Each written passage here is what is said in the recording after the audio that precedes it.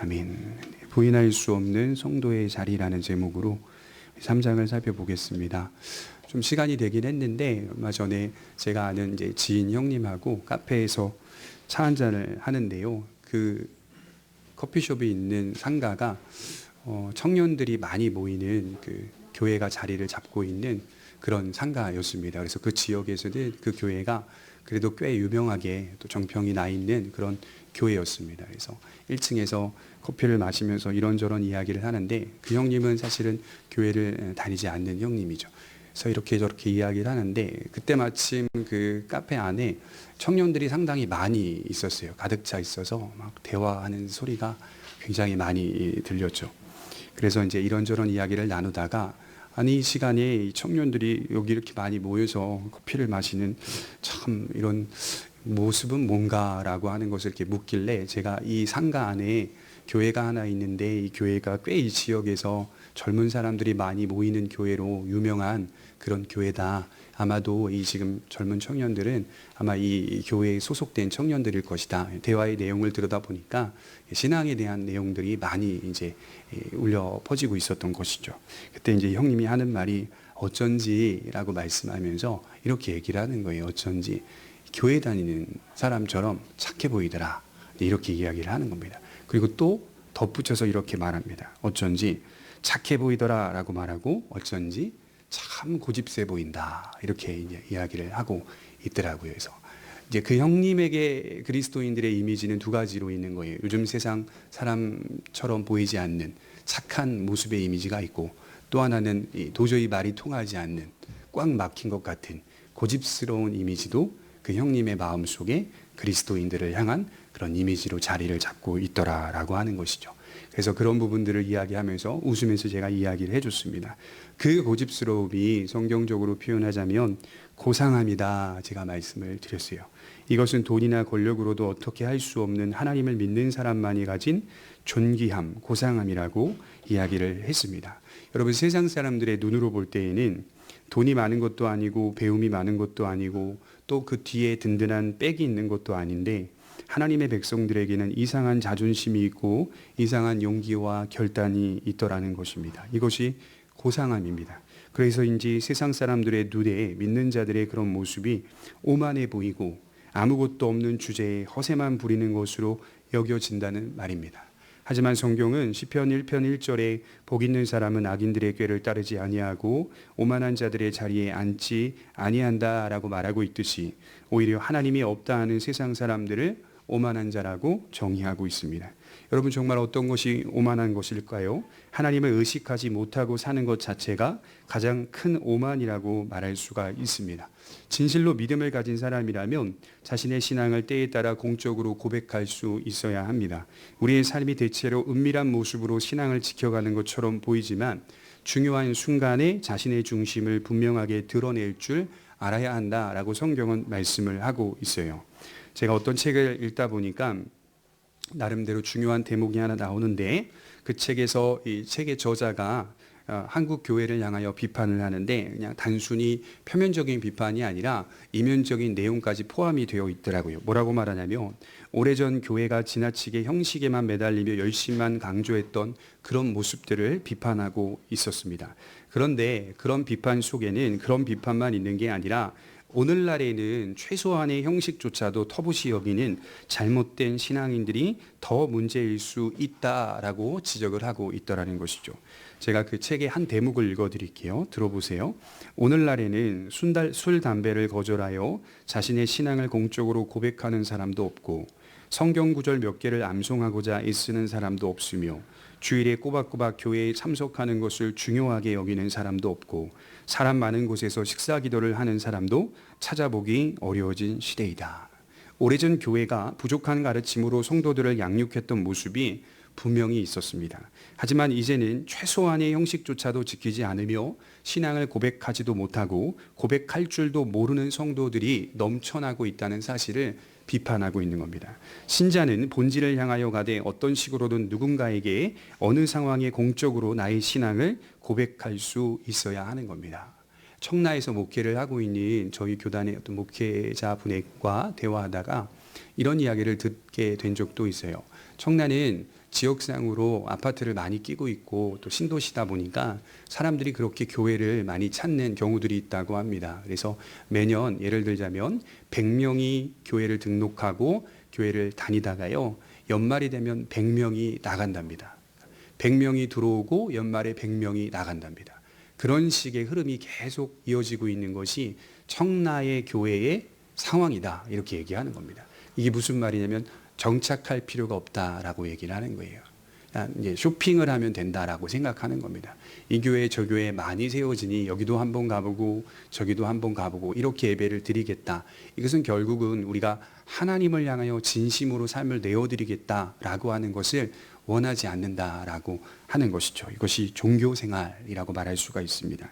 여러분, 이것은 지나친 과격 분자가 되거나 열성 분자가 되라는 그런 의미가 아닙니다.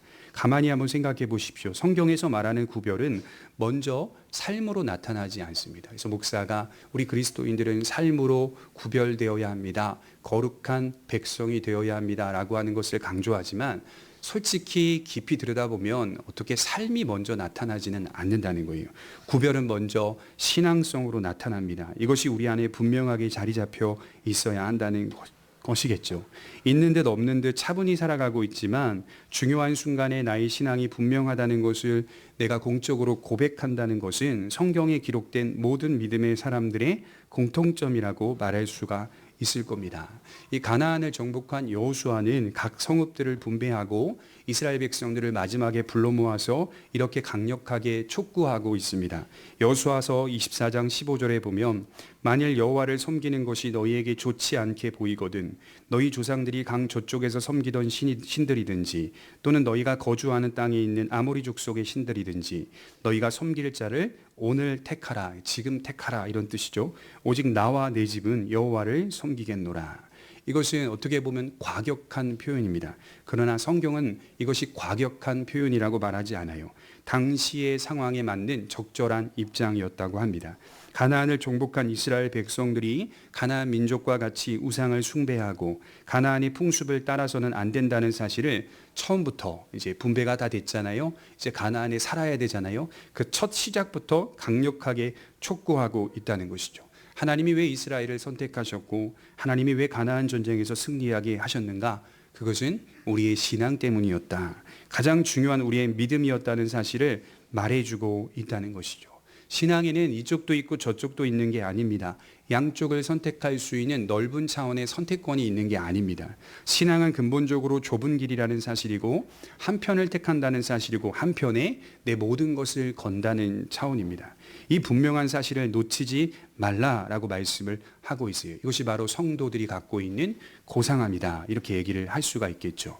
오늘 본문에 보면 이러한 초점 가운데 말씀이 전개되고 있는데 1절에 보시면 그 후에 아하수에로 왕이 아각 사람 함무다다의 아들 하만의 지위를 높이 올려 함께 있는 모든 대신 위에 두니. 그 후에 라는 단어가 무엇을 의미하죠? 모르드게가 왕을 암살하려는 자들을 고발하여 왕을 구원한 후에 라는 의미가 있습니다. 아무 상급도 받지 못한 모르드게, 그러나 3장 1절이 시작되면서는 악한 하만이 형통하고 있습니다. 서로 두 사람을 대비시키고 있어요. 악인의 형통은 이처럼 빠르게 전개되고 있고 모르드게는 의인은 역사 속에 감추어진 자처럼 나타나고 있더라는 것이죠. 하지만 하나님은 상을 연기시켜 놓으셨다고 말씀을 드렸어요. 이것은 인간이 알지 못하는 일이다 라고 말씀을 드렸죠. 그러나 인간의 눈으로 보게 되면 참 실망스럽기 그지 없습니다. 의인은 상급을 받지도 못하고 악인은 계속 형통합니다. 시편 73편 1절에 보면 하나님이 참으로 이스라엘 중 마음이 정결한 자에게 선을 행하시나 나는 거의 넘어질 뻔하였고 나의 걸음이 미끄러질 뻔하였으니 이는 내가 악인의 형통함을 보고 오만한 자를 질투하였음이로다. 그리스도인들에게 질투가 있는 거예요. 악인이 잘 되는 것에 대한 질투가 있는 거예요. 저렇게 사는 것이 심판을 받아야 될 일임에도 불구하고 왜 저들은 저렇게 잘 살고 있는가라고 하는 질투심이 생기니 우리의 신앙이 낙심이 되고 동시에 나의 걸음은 거의 미끄러질 뻔했고 나는 실족할 뻔했다라고 하는 솔직한 다윗의 고백이었다는 것이죠. 세속적인 눈으로 볼 때 누가 이 역사에서 주목을 받고 있습니까? 하만입니다. 하만.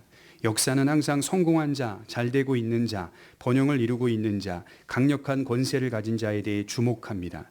모르드게와 같이 왕궁 문지기로 살아가는 자는 주목받지 못합니다. 여전히 신실하게 궁궐 문지기로 서 있는 모르드게는 역사의 끄트머리에서 항상 서 있는 보이지 않는 존재였다는 것이죠. 그러나 에스더서를 읽으면서 하나님의 역사는 오히려 이런 자들을 향하고 있다는 사실을 말해주고 있습니다. 이런 자들에게 가장 큰 관심을 갖고 있다는 사실이죠. 이런 자들을 하나님이 보살피시고 돌보십니다. 그 믿음 때문에 모르드게는 여전히 자신의 자리를 신실하게 지켜가고 있었다는 사실인 거죠. 그래서 우리가 마음 깊이 기억해야 할 것은 하나님이 보시기에 빛나는 자리가 세상이 볼 때에는 빛나지 않을 수 있다. 이걸 인정하며 신앙생활을 해야 돼요. 하나님이 보시기에 저 빛나는 자리가 세상 사람들이 볼 때에는 불행한 자리에 속할 수도 있다라고 하는 것이죠. 여러분, 우선 먼저 아각 사람 함무다다의 아들 하만에 대해서 좀 살펴보겠습니다. 성경은 갑자기 하만의 조상을 꺼내어서 소개하며 하만이 어떤 족속인지를 먼저 이야기하고 있습니다. 그래서 우리는 하만의 족속이 가진 성경적인 의미를 좀 살펴볼 필요가 있어요.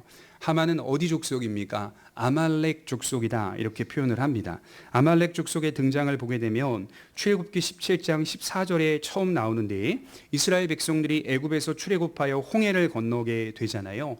홍해를 건너고 나서 많이 피곤하고 지친 상황 속에 놓여 있었습니다. 바로 그때 처음으로 이방 민족에게 공격을 받게 되는데, 그들이 바로 아말렉 민족이었어요. 여호수아가 전면에 나서서 싸웁니다. 그런데 이 전쟁의 성패는 전쟁의 형장에 있었던 것이 아니라 산 꼭대기에서 기도를 하던 모세의 손에 있었다는 것을 성경을 조금만 읽어보신 분들은 잘 알고 있을 겁니다. 모세가 피곤하여 기도하던 중에 손을 내리면 이스라엘의 전세가 불리하게 되고, 다시 손을 들면 이스라엘이 이기게 되는 겁니다. 그래서 아론과 훌이 붙어서 모세의 양손을 떠받쳐 주게 됩니다. 그래서 결국 이스라엘이 승리하게 되는 것이죠. 이때 아말렉에 대한 하나님의 말씀이 선포되게 되는데, 우리 출애굽기 17장 15절 한번 찾아보겠습니다. 출애굽기 17장 15절입니다. 어떻게 선포되고 있는지 한번 보겠습니다.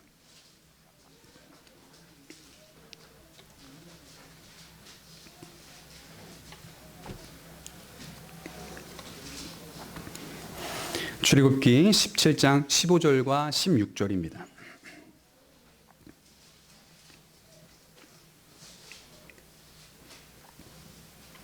우리 같이 한번 읽어보겠습니다. 시작. 모세가 제단을 쌓고 그 이름을 여호와 니시라 하고 이르되 여호와께서 맹세하시기를 여호와가 아말렉과 더불어 대대로 싸우리라 하셨다 하였더라. 여호와 니시, 잘 들어봤죠? 하나님은 승리를 주셨고 동시에 아말렉과 더불어 대대로 싸우시겠다라고 선포하죠.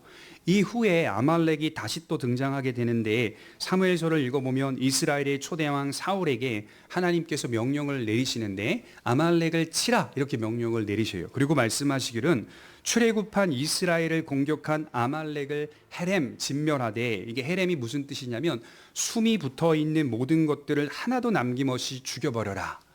짐승 다, 어린아이 다 포함하여 숨이 붙어있는 것들은 헤렘해라, 다 진멸하라. 이것은 불의에 대한 하나님의 절대적인 심판을 나타내고 자비가 없는 심판을 상징하고 있습니다. 그러니 종국적으로 우리가 마지막 때에 종말론적으로 나타날 하나님의 심판은 어린아이라고 해서 하나님께서 용납하고 또 연약한 자라고 해서 하나님께서 봐주고 하는 것이 아니라, 죄에 대한 심판은 무자비하다는 것을 아말렉을 심판하라는 말씀 속에서 우리가 발견하게 되는 것이죠. 그런데 사울은 아말렉 왕 아각도 죽이지 않았고 좋은 것들은 남기고 하찮은 것들만 진멸하였다라고 기록을 하고 있어요. 이때 하나님이 노하셔서 사무엘을 통하여 말씀하셨는데, 이게 사울의 변명이 더 가관입니다. 하나님께 좋은 것 드리려고 좋은 양과 염소를 남겨놨다, 이렇게 말도 안 되는 변명을 늘어놓았어요. 이렇게 아말렉 왕 아각이 오늘 하만이라는 사람의 조상이었다라고 기록을 하고 있어요. 이스라엘에게 아말렉은 철천지 원수지간이었다는 사실을 성경 속에 확인할 수가 있습니다. 그럼 여러분, 아말렉인의 시초는 누구일까요? 시초를 보면 여러 설들도 있지만 성경학자들이 대체로 에서라고 기록을 하고 있어요.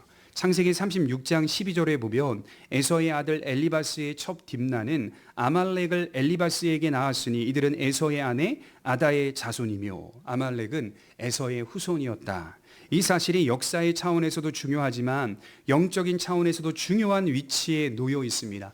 에서는 어떤 자입니까? 이삭의 맏아들로 하나님의 신령한 축복인 장자의 축복을 팥죽 한 그릇에 팔아넘긴 자입니다. 그리고 에서는 에돔의 조상이 됩니다. 이에 대해 성경은 에서는 영을 버리고 육을 택한 자로 묘사를 하고 있습니다. 그러므로 에서는 육을 택하는 모든 자들의 조상이라고 말할 수 있겠지요. 영과 육은 서로 원수가 된다는 사실을 우리는 잘 알고 있고, 바울은 로마서나 갈라디아서에서 항상 이 사실을 이렇게 설명하고 있어요. 육체의 소욕과 성령의 소욕이 서로 충돌한다라고 하는 사실을 강조하고 있죠. 그래서 아말렉이 가진 의미가 성도에게 있어서 영적인 의미가 있는데, 이것은 신자의 마음에서 일어나는 영적인 투쟁을 상징한다고 말할 수가 있습니다. 그래서 출애굽기 17장 16절을 다시 보시게 되면 여호와께서 아말렉과 대대로 싸우리라, 이 대대로 싸우신다는 말의 의미가 영원히 싸운다라고 하는 의미라고 합니다. 사울이 아말렉과의 전쟁에서 모두 진멸하지 않고 왕을 비롯하여 좋은 것들은 남겨놓았죠. 왜 그랬을까요? 사울 안에 있는 죄 때문입니다. 탐욕 때문이었습니다. 눈에 보이는 아말렉이라고 하는 원수만 없애면 되는 게 아니라는 말이에요. 눈에 보이지 않는 아말렉이 있는데 그것이 바로 나의 죄라고 하는 것이죠. 죄를 추구하는 성향이라는 겁니다. 하나님은 이것과 대대로 싸우시겠다라고 선포하시는 겁니다. 그래서 아말렉 족속이 가진 영적인 의미가 우리 안에 불붙듯 일어나는 믿음의 투쟁을 의미한다고도 볼 수 있다는 것이죠. 영적인 가치를 버리려고 하는 마음이나 또 불신의 마음이나 육을 택하려고 하는 마음이나 이 영적인 아말렉과 대대로 싸우시는 하나님의 말씀이 선포되고 있다는 사실을 기억해 볼 필요가 있죠. 아말렉의 위치는 단순히 한 나라만을 의미한다기보다는 상징적으로 볼 때에는 신자 안에서 대대로 싸우는 영적인 투쟁을 의미한다고도 말할 수가 있습니다. 그래서 우리는 오늘 이 아말렉인 하만에 대해 살피면서 먼저 가져야 될 것은 영적인 의미를 우리 안에 잘 새겨 넣으셔야 돼요. 하만이라는 사람이 가진 의미를 살펴보기 전에 이 영적인 의미를 더 깊이 우리 마음에 새겨야 하는 이유는, 자칫 잘못 보게 되면 하만만 잘못하고 있는 것처럼 모든 책임을 외부적인 요소에만 넘기려고 하는 성도들의 잘못된 모습이 나타날 수 있다는 겁니다. 꼭 하만에게만 잘못이 있다고 생각하며 나는 잘하고 있다는 착각에 빠지기 쉽다는 것이죠. 잘못 이해하게 되면 하나님은 그냥 내 편이시다 이렇게 생각할 수 있는 본문이 오늘 본문이에요. 하나님은 그냥 모르드게의 편이시다. 그러나 모르드게가 이렇게 신앙을 고백하기까지의 과정 속에는 자신 안에 있는 영적인 아말렉과 믿음 안에 투쟁하고 있었던 신앙의 순결함을 지키고 있었다라고 하는 사실을 우리가 들여다볼 필요가 있습니다. 우리 안에서 일어나고 있는 영적인 투쟁이나 아말렉과의 전쟁이 계속되고 있다는 사실을 기억해 볼 필요가 있어요. 자, 이제 역사적으로 보면 아말렉 족속 하만은 적그리스도의 모형이라고 말할 수가 있습니다. 그저 유대민족을 싫어했던 역사의 한 사람이라고 평가할 수도 있겠지만, 성경은 구속사의 큰 흐름에서 하만의 위치를 하나님과 그리스도를 대적하는 적그리스도의 모형으로 묘사하고 있습니다. 그럼 여러분, 적그리스도는 무엇을 말합니까? 간단히 말해서 그리스도에 대한 적개심을 뜻합니다. 넓은 표현으로는 반기독교적인 것을 적그리스도라고 넓게 잡을 수도 있습니다. 시편에서 다윗은 이 사실을 이렇게 표현해주고 있는데, 시편 2편 1절에 보면 어찌하여 이방 나라들이 분노하며 민족들이 헛된 일을 꾸미는가? 세상의 군왕들이 나서며 관원들이 서로 꾀하여 여호와와 그의 기름 부음 받은 자를 대적하며 우리가 그들의 맨 것을 끊고 그의 결박을 벗어버리자 하는도다. 하나님과 그의 기름 부음 받은 자를 대적하고, 이게 무슨 말이죠? 적그리스도를 묘사하고 있는 것이죠. 이 세상의 큰 흐름을 말해주고 있습니다. 아무리 이 세상이 살만해도, 아무리 이 세상이 화려해 보여도 하나님과 그의 아들 예수 그리스도를 대적한다는 사실은 변함이 없어요. 이 흐름이 이 세상 역사 속에 짙게 깔려 있습니다. 그래서 성도는 하나님이 창조하신 이 세상 그 자체를 미워하지는 않아요. 하나님이 창조한 세상을 아름답게 보고 귀하게 보고 소중하게 봅니다. 미워하지 않아요. 하지만 타락한 이 세상 역사가 어떻게 전개되고 있는지는 정확하게 성도가 볼 수 있어야 됩니다. 여러분, 세상은 하만과 같습니다. 하만이 유대인들에 대하여 나타내 보이는 증오심이나 적개심, 이것이 세상이 그리스도에 대하여 나타내 보이는 증오심과 적개심이라고 말할 수 있는 겁니다. 이런 증오심과 적개심을 성도들에게 풀어낸다는 것이죠. 핍박과 박해는 꼭 물리적인 것만 말하지 않아요. 고상하게 포장된 핍박과 박해도 있습니다. 사랑이라는 미명하에, 관용이라는 미명하에, 용서라는 미명하에 믿음을 버리게 만드는 고상한 모습으로 포장된 핍박과 박해도 있습니다. 그래서 우리는 이런 현실 속에서 분별력을 가져야 하는 겁니다. 그래서 믿음이라고 하는 것은 다르게 표현하면 분별력입니다. 이 분별력을 가지려면 가장 먼저 선행돼야 하는 것이 있는데 자기의 신앙을 공적으로 고백할 수 있어야 하는 겁니다. 주는 그리스도시요 살아계신 하나님의 아들이시나이다. 요한복음 11장에 지난주 살펴보았듯이 마르다의 고백이 이런 고백이었어요. 주는 그리스도시요 살아계신 하나님의 아들이시니이다. 마태복음 16장 16절에 베드로의 고백이 이 고백이었어요. 주는 그리스도시요 살아계신 하나님의 아들이시니이다. 이 고백이 우리의 공적인 영역 전체에서 고백될 수 있는 사람이 되셔야 하는 겁니다. 우리 본문 2절을 보겠습니다.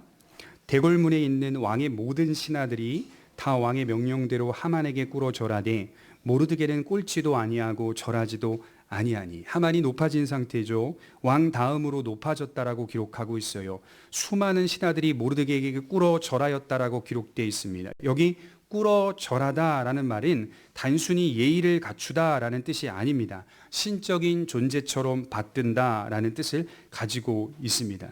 세상 사람들에게 높은 자를 향하여 신적인 성격의 경배를 하는 것은 그리 중요하지 않아요. 본래 우상을 숭배하거나 신이 없다고 믿기 때문에 여러분, 어떤 사람을 신처럼 경배하는 거 믿지 않는 사람들에게는 무슨 문제가 되겠습니까? 그냥 신처럼 받들면 되죠. 어차피 자신이 살고 있는 이 삶에만 지장이 없으면 고개를 조아리는 것은 어려운 문제가 아닙니다. 그저 그렇게 하여 잘 보이면 되기 때문인 것이죠.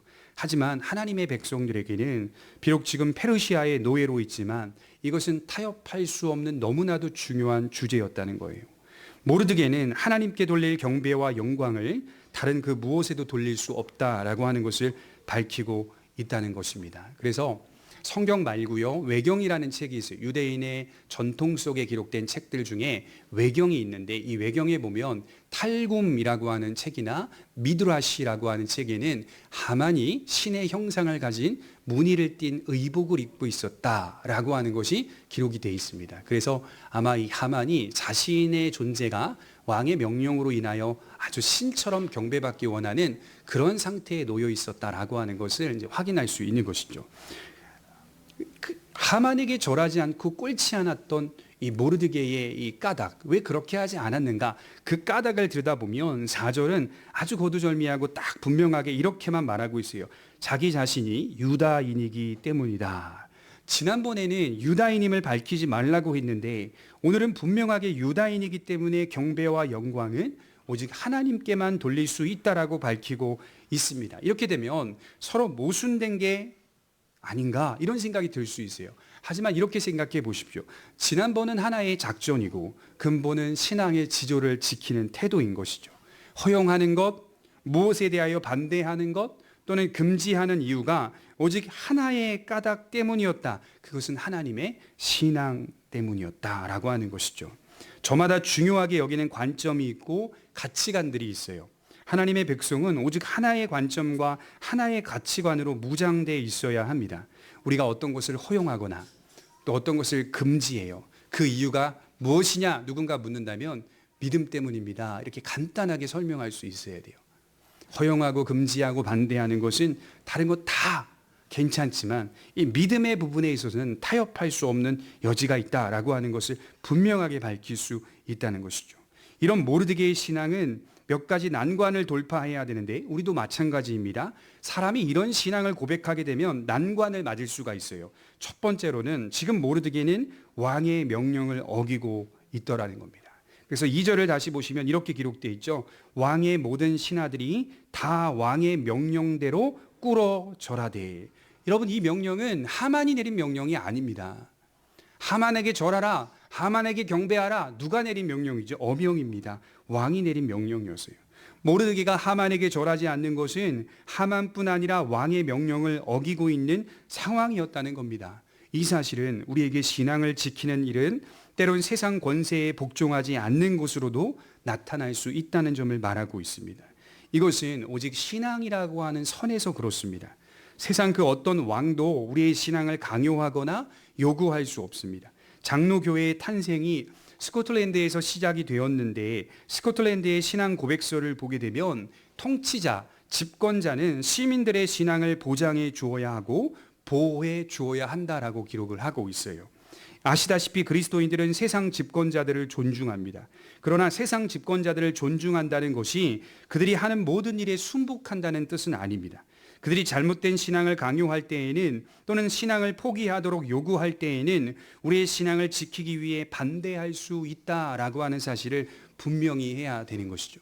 그런 면에서 우리가 흔히 오해하는 말씀이 하나 있죠. 로마서 13장 1절이 오해하는 말씀이에요. 각 사람은 위에 있는 권세들에게 복종하라. 권세는 하나님으로부터 나지 않음이 없나니 모든 권세는 다 하나님께서 정하신 바라.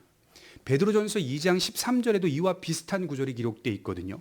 이게 오해를 하게 되면 세상 집권자의 말이 하나님께서 주신 권세이기 때문에 무조건적으로 복종하는 개념으로 이해할 수 있다는 것이죠. 그러나 그런 의미에서 쓴 말씀이 아닙니다.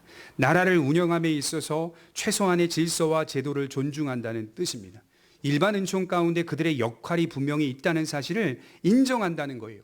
그렇다고 해서 그들이 성경에 기록된 믿음의 종들과 믿음의 사람들과 동등한 위치는 아니라는 거예요. 그저 일반 은총 가운데서 이 세상 나라를 질서 있게, 또는 최소한의 정의로 이끌어가도록 존중해 주어야 한다는 그런 의미입니다. 여러분 한번 보십시오. 요한계시록을 읽어보면요, 초대교회 성도들이 로마 황제를 적그리스도로 묘사하고 있어요. 그리고 어떤 식으로 또 묘사하냐면 사탄의 앞잡이로 묘사하고 있어요. 세상 집권자인데요, 세상 통치자인데요, 로마 황제를 향하여 사단의 앞잡이요 적그리스도다라고 분명하게 선언하고 있어요. 정부에 대해 저항하고 있는 책이 요한계시록이라고 말할 수도 있습니다. 전쟁으로 묘사합니다. 사단과 그의 추종자들의 통치들을 인정하지 않아요. 매우 거칠게 표현하는 책이 요한계시록입니다. 그런데 방금 로마서나 베드로전서에서 말하는 말씀과 충돌이 된다는 말이에요. 하지만 이것은 자세히 살펴보면 서로 충돌되지가 않아요. 집권자들이 건드리지 말아야 할 주제가 있다는 거예요. 그래서 실제로 로마서가 기록된 시기와 베드로전서가 기록된 시기가 50년대에서 60년대 사이였거든요. 요한계시록은 90년대에서 95년도에 기록을 해놓은 책이에요. 시대의 흐름이 달라졌다는 걸 얘기하는 거예요. 로마서와 베드로전서가 기록될 시기에는 초대교회 성도들이 어느 정도 박해를 받고 있었지만 좀 자유롭게 신앙생활을 하고 있었던 거예요. 교회가 예배를 드리고 모여 가정에서 하나님의 말씀을 묵상하는 일들이 그래도 어느 정도 보장을 받으면서 신앙생활을 하고 있는 시기였어요. 근데 요한계시록 시기에는 절대적으로 보장을 받지 못했습니다.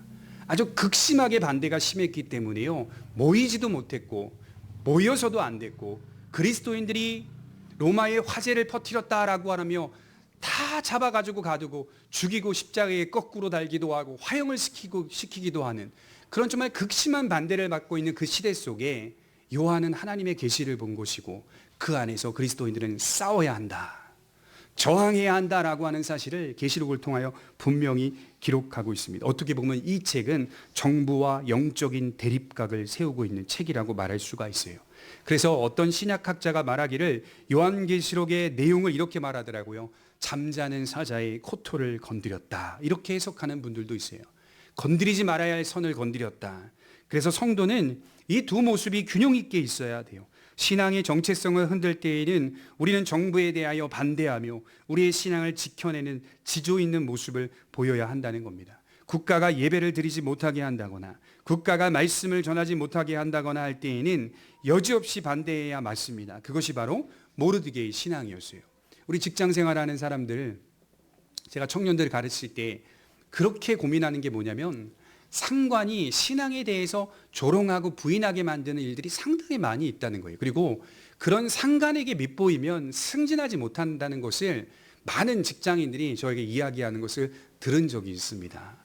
여러분, 우리가 상관을 섬기는데 골로새서에 보면 주님을 섬기듯이 상관을 섬기라고 말씀하고 있어요. 상관은 어떻게 보면 간접적으로 예수님처럼 받들어서 섬기는 게 맞습니다. 하지만 이것은 넘지 말아야 할 선이 있다는 한도 내에서 그렇게 섬기는 겁니다. 만일 상관이 우리의 신앙을 강요하거나 부인하게 만든다면 우리는 상관을 예수님처럼 섬길 수는 없습니다. 그러니까 모든 부분에 우리가 이러한 균형과 분별력을 가지고 있어야 한다는 것을 말씀하고 있어요. 자, 두 번째로는 모르드게가 난관을 돌파해야 하는데 그것은 미움을 살 각오를 해야 한다는 겁니다. 모르드게는 지금 미움을 살 각오를 하고 있어요. 성경을 보면 미움을 살 각오로 신앙을 지키라고 말씀을 합니다. 그래서 마태복음 5장 12절에 보면 환난을 당하나 기뻐하라 하늘에서 너희의 상이 큼이라. 어떤 담대한 결단으로 믿음을 지켜내면 이 세상에서 뭔가 좋은 일이 있겠지. 그래서 흐뭇해하는 성도들 많이 봤어요. 내가 여기서 믿음을 부인하지 않고 지켜냈으니 하나님, 내가 살아가는 삶에서 좋은 일을 시켜주시겠지, 좋은 일 만들어 주시겠지, 이렇게 생각하며 믿음을 지키려고 하는 성도들이 있다는 겁니다.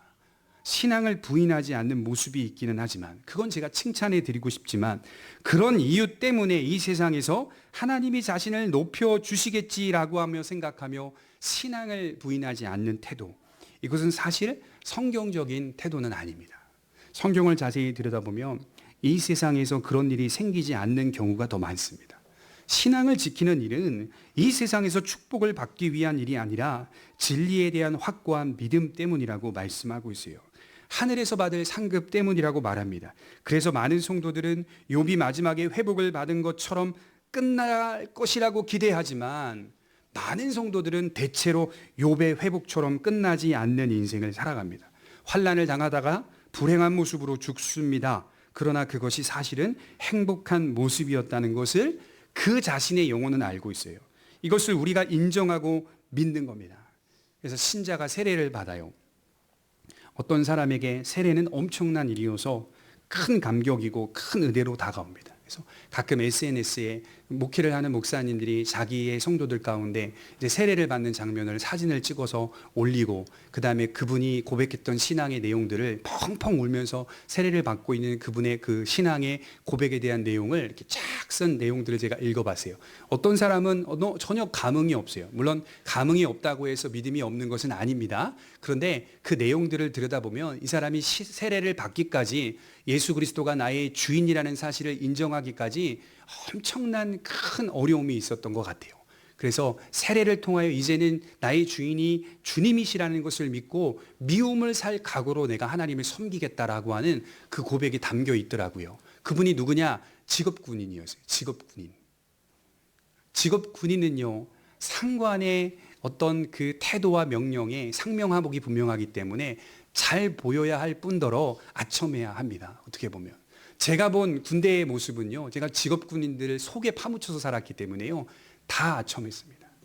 거의 대부분이 다 높은 자한테 어떤 식으로든 다 아첨했습니다. 그렇게 해서 점수들을 그렇게 따더라고요. 인사평가의 점수들을 그렇게 많이 따더라고요. 철저하게 보였던 곳이 군대라고 하는 집단이었어요. 근데 이분이 그렇게 고백을 하는 거예요. 이제는 그렇게 살지 않겠다. 직업 군인으로 삶을 계속 살아갈 이유와 명분은 분명히 있지만 이제는 그렇게 상관에 대한 아첨을 하며 사는 인생은 지겹고 이제는 다 털어내고 주님만 나의 주인이라고 고백하고 제대하라고 하면 제대할 것이다 라고 분명한 입장을 갖고 믿음으로 살겠노라 라고 하면서 세례를 받는 그런 모습들을 보면서 제가 크게 감동을 받았습니다. 믿음을 지키기 위해서는 미움을 살 각오를 해야 한다는 거예요. 모르드게는 이 일로 인해 미움을 받게 됩니다. 미래가 불투명합니다. 어떻게 될지도 몰라요. 여러분, 비슷한 시기에 쓰였던 다니엘서 3장을 읽어보시면 약간 비슷한 기록을 찾을 수가 있는데, 다니엘의 세 친구들이 바벨론에 끌려가 금신상에 절하지 않는 장면이 나오잖아요. 거기서 그들은 뭐라고 말하는지 아십니까? 그 풀무불을 앞에 두고 3장 18절에 여호와께서 우리를 건져내지 아니하실지라도 왕의 신들을 섬기지 아니하고 우리가 왕이 세우신 금신상에게 절하지 아니할 줄을 아옵소서. 처음에는 하나님이 우리를 건져내실 것입니다. 이렇게 말해놓고요. 뒤에는 사드락 메삭 아벳노고가 그리 아니하실지라도 금신상에게는 절하지 아니합니다. 혹여나 불에 들어가서 건져내지 아니하실지라도 절하지 않는 것은 똑같습니다. 이렇게 고백을 하는 거예요. 우리가 혹시라도 구원받지 못하여 이대로 고통받다가 떠나더라도 절하지 않겠습니다. 여러분, 왜 모르드게는 이래야만 했을까요? 그건 모르드게의 신앙성 때문입니다. 그래서 여러분들 요즘 보면 유튜브에 기독교 영상들이 짤막짤막하게 나름 교회의 선생이라고 하는 사람들이, 교수라고 하는 사람들이 나와가지고 막 강의하는 내용들을 들여다보면 이 기독교의 복음을 희석시키는 내용들이 상당히 많이 있습니다. 그러니까 그런 거 다 들어보면요, 영상 편집이 얼마나 깔끔하고 잘 돼 있는지 다 감동이, 모든 주제의 감동이, 모든 주제의 감동을 받을 수 있는 내용들이 상당히 많이 있습니다. 근데 들여다보면 복음의 배타성이라고 하는 분명한 선은 거의 없습니다. 거의 대부분의 내용들이 복음을 인문학적으로 고상하게 표현하는 영상이에요. 인문학적으로. 그러니까 이 인문학적 표현들은 어떻게 우리에게 표현이 되냐면 이 사람이든 저 사람이든 다 허용할 수 있는 복음의 내용으로만 가르쳐지고 있는 거예요. 그러니까 믿지 않는 사람들도 댓글을 다는 거 보면 캐톨릭 신자입니다, 불교 신자입니다, 누구 신자입니다 쫙 댓글에 다는데 이 정도면 내가 교회 다닐 수 있을 것 같아요 라고 하는 줄기찬 칭찬들이 막 달려 있어요. 물론 복음을 잘 설명해서 칭찬을 받는 영상은 분명한 겁니다. 인정할 만한 영상이지만 대체로 대부분의 내용들은 그렇지 않아요. 내용이 대부분 급진적입니다. 모든 사람들을 다 받아주고 모든 사람들에게 관용하고 모든 사람들을 용서하고 그럴듯한 내용들로 가득 차 있습니다. 거기서 우리가 어떻게 분별하냐 이 말이에요. 제가 그런 분들을 만나서 대화할 때 이렇게까지 얘기한 적이 있어요. 아니 생각해 보세요 선생님. 그러면 믿음 때문에 복음 때문에 순교했던 이 조선시대의 순교의 역사의 그 순교자들은 당신은 어떻게 판단할 겁니까? 그 믿음 때문에 복음 때문에 제사 드리지 않고 그렇게 맞아가면서 믿음을 지켰던 그 사람들은 어떻게 할 겁니까? 그러니까 그 이제 상대방이 그렇게 얘기했던 거예요. 제사도 드릴 수 있고 예수님 때문에 제사도 드릴 수 있고 이게 얼마나 표현이 상당히 넓고 그럴듯합니까? 이 사람들 구원하기 위해 이 사람들에게 맞춰주기 위해 제사도 드릴 수 있고 성당도 한번 같이 손잡고 따라 나갈 수도 있고 이런 식의 표현들은 누구는 하지 못합니까? 저는 뭐 하지 못할까요? 여러분 제사 때문에 고통받는 사람 딱 보면 유시민 목사가 가가지고 얼마나 힘들까? 제사 그냥 드리세요. 잠깐 드리세요. 그리고 계속 기도하세요. 이건 누구 못할까요? 저도 할 수 있는 표현이에요. 이런 식의 표현으로 복음이 기독교적인 것 같지만 기독교적이지 않는 모습으로 위장돼서 선포되는 것들이 상당히 많이 있습니다. 오늘날 사람들은 복음의 배타성을 거북해 해요. 난 신앙인이기 때문에 이거 거절합니다. 이런 모습들을 거북해 한다니까요. 네가 신앙이라 하더라도 모든 공동체에 조화롭게 어울려서 살아야 될 거 아니냐 이걸 원해요. 이걸 인문학적으로 이렇게 설명을 하고 있더라고요. 그러나 복음이라고 하는 것은 중요한 순간에 거북함으로 나와야 돼요. 거북함으로. 아까 처음에 말씀드렸죠. 믿지 않는 형님이 그리스도인들은 참 착해 보여. 요즘 젊은 자매들, 그리스도인들 정말 세상 사람 같지 않게 저 여성들 참 착해 보여. 그런데 그리스도인들은 매우 고집스럽더라. 자기가 느꼈던 그리스도인들은 고집스러웠다는 거예요. 그게 고상함이라니까요. 그게 우리가 지켜내야 될 것. 느낌상 모든 종교가 다 좋아 보이는 것처럼 가르쳐주고 있는 이 시대에 우리가 살고 있습니다. 마태복음 16장 25절에 보면 누구든지 제 목숨을 구원하고자 하면 잃을 것이요 누구든지 나를 위하여 제 목숨을 잃으면 찾으리라. 여러분 이 말씀은 어떤 상황에서 나온 건지 아십니까? 어떤 사람은 이 말씀을 가지고 이렇게 설명을 하더라고요. 봐라, 이웃을 위하여 희생하면 목숨을 찾게 될 것이다.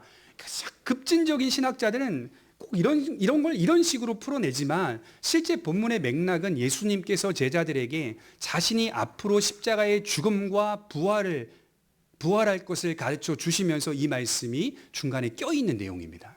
죽음과 부활을 선포하시면서 이 말씀이 중간에 껴놓은 말씀이에요. 그럼 어떻게 우리가 이해할 수 있냐 이 말이죠. 이 믿음과 이 진리 안에서 목숨을 잃으면 찾으리라 이런 뜻입니다.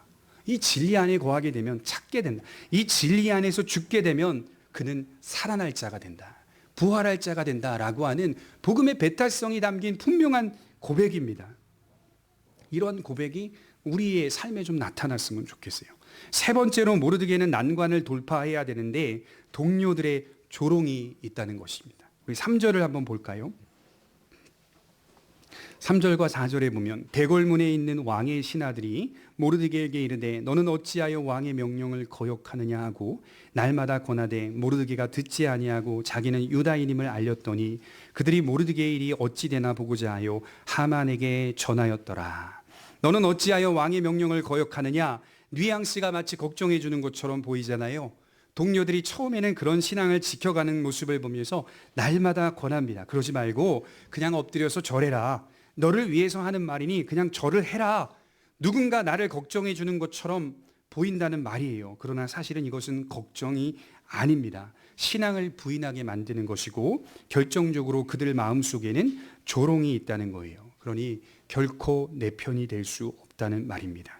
이 살벌한 현실 가운데 너의 믿음이 무슨 소용이 있느냐? 몇 번을 권면해도 듣지 않는 모르드게를 보면서 너의 믿음이 얼마나 초라하고 보잘것없는 것인지를 한번 두고 보자라는 마음을 갖고 있는 것입니다. 그래서 이 본문이 쉬운 성경에서는 이렇게 번역을 하고 있더라고요. 날마다 충고를 하였으나 끝내 듣지 않으니 얼마나 버티는가 보고자 하는 심산이었다. 조롱이에요. 중심의 조롱. 그래서 4절에 보면 자기는 유다인임을 고하였더니 알렸더니라는 단어가 직역하면 히브리어로 고하였더니라는 단어거든요. 그들이 모르드게의 일이 어찌 되나 보고자 하여 하만에게 전하였더라. 이 전하다라는 단어도 같은 단어입니다. 고하였더라. 한쪽에서는 자기가 유다인임을 고하였다 이렇게 표현하고 있고 모르드게는 자기가 유다인이라는 사실을 분명하게 고하였다. 자기의 신앙을 고하였다라고 말하고 있고 한편에서는 하만에게 고하고 있습니다. 뭘 고하고 있는 거예요? 믿는 자들을 조롱하고 아첨하며 고하고 있는 거예요. 네 신앙이 얼마나 잘 되는지 두고 보자. 그렇게 하는 것이 얼마나 오래 가는지 두고 보자. 지금 이 현실 가운데 신앙을 지키는 것이 얼마나 보잘것없고 초라한 것인지를 두고 보자. 이렇게 말하면 조롱하고 있는 거예요. 그러니까 결국 이 사람들도 왕의 신하들도 하만의 편에 서고 있는 겁니다. 알고 보았더니 그들 역시 하만과 같이 아첨하는 자들이고 윗사람들에게 자신의 생사 여탈권을 맡긴 자들입니다. 이것이 바로 세상 현실입니다. 바울은 디모데에게 마지막 편지를 쓰면서 거의 유언에 가까운 편지를 쓰면서 이렇게 말을 했어요. 디모데후서 3장 12절에 무릇 그리스도 예수 안에서 경건하게 살고자 하는 자는 박해를 받으리라. 경건하게 살면 살수록 불편함을 경험하게 되는 게 신자의 삶입니다. 그래서 제가 도전드리고 싶은 것은 우리의 믿음이 정말 믿음이라면 예수님을 믿는 것 때문에 불편함을 작게는 크게는 경험해야 한다는 말이에요. 작은 일에든 큰 일에든 경험해야 한다는 말이에요. 그 불편함이 없다는 것은 거짓일 수도 있어요. 내 믿음이. 정말 중심이 있는 믿음이 아닐 수도 있어요. 그러나 불편함이 있다는 것은 잘 가고 계시는 거예요. 하나님께서 칭찬받을 일들을 하고 계시는 거예요. 지금 모르드게는 진리파수의 생명을 걸었습니다. 긴장은 더 고조될 겁니다. 하지만 하나님은 모르드게를 위해 살 길을 예비하셨고 모르드게의 생명을 지켜내십니다. 누군가 우리에게 묻죠. 그렇게 유별나게 살아가는 이유가 뭐냐라고 묻는다면 그리스도 예수 안에서 생명을 보았기 때문이다. 이렇게 말할 수 있어야 돼요. 그가 흘리신 보혈이 내가 흘려야 할 피라는 사실을 고백할 수 있어야 하는 겁니다. 우리 마가복음 15장을 한번 찾아보겠습니다. 우리 마지막으로 마가복음 15장 43절입니다.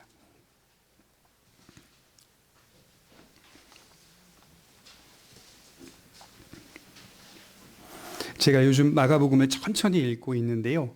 굉장히 큰 은혜가 있었어요. 이 대목에서 마가복음 15장 43절입니다.